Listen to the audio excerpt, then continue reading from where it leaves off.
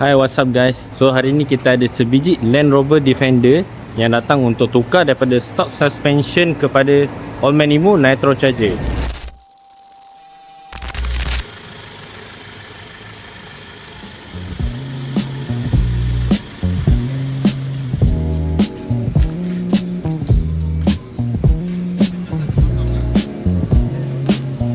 So yang ni diorang nak buka suspension yang lama untuk masuk suspension yang baru. Ya, Bat? Betul? Betul Yang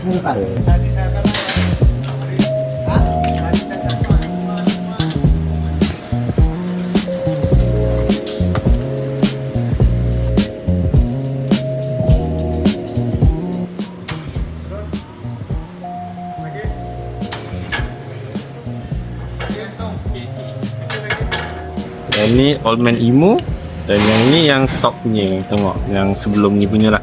Ada beza kan saiz kan. Allman Emu lagi besar sikit lagi. Video.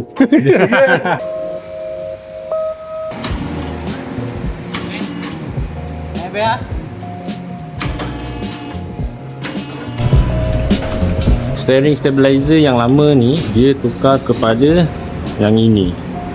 Korang tengoklah perbezaan saiz dia. Yang Allman Emu punya memang besar gedabak. Yang ni dia macam halui sikit.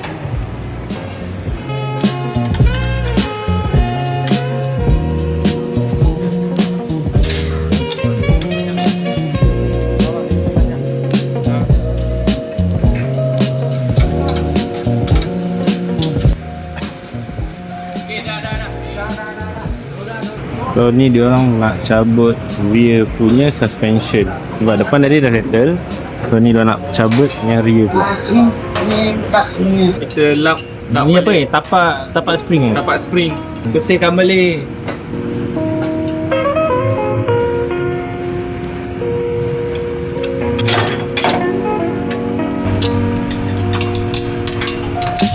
Better than original. Oh tadi tak sedap. Lagi pumping. Tadi lagi bumping. So yang ni better, dia dampen sikit lah.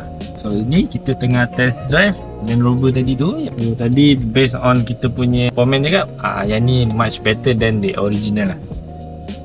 So Defender ni dah settle pasang suspension baru Allman Emu Nitro Charger, sekali dengan steering stabilizer daripada Allman Emu juga. Dan so far tadi dah test drive dengan komen tadi, memang rasa berbeza. Kalau compare dengan yang previous sebelum masuk Allman Emu, yang ni dia kurang bumpy and dia lagi firm and ride dia lebih steady. Kalau korang nak setup yang sama macam ni, boleh lah datang ke 4 wheel drive di Section 15 Shah Alam. Ciao.